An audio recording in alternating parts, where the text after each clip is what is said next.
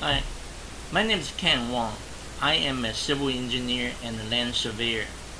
This session is about Tesla cars. In March 2023, California governor declared in 2035 no sale of new gasoline and diesel powered automobiles. The EU will do the same in the same year. The e-car has no tailpipe and it is deceiving.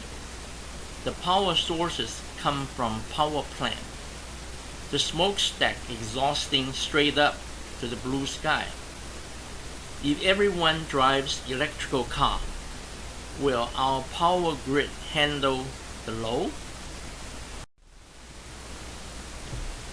Tesla company operate differently from conventional automobile company. They do it all, from design, manufacture, sales, and provide insurance. They cover it all. Now reporting to you my experience of driving a Tesla Model Y for 2 weeks.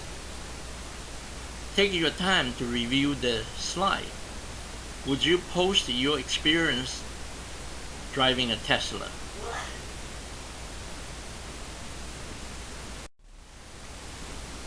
Thank you for watching. Please subscribe, give a thumb up, tell a friend. Goodbye.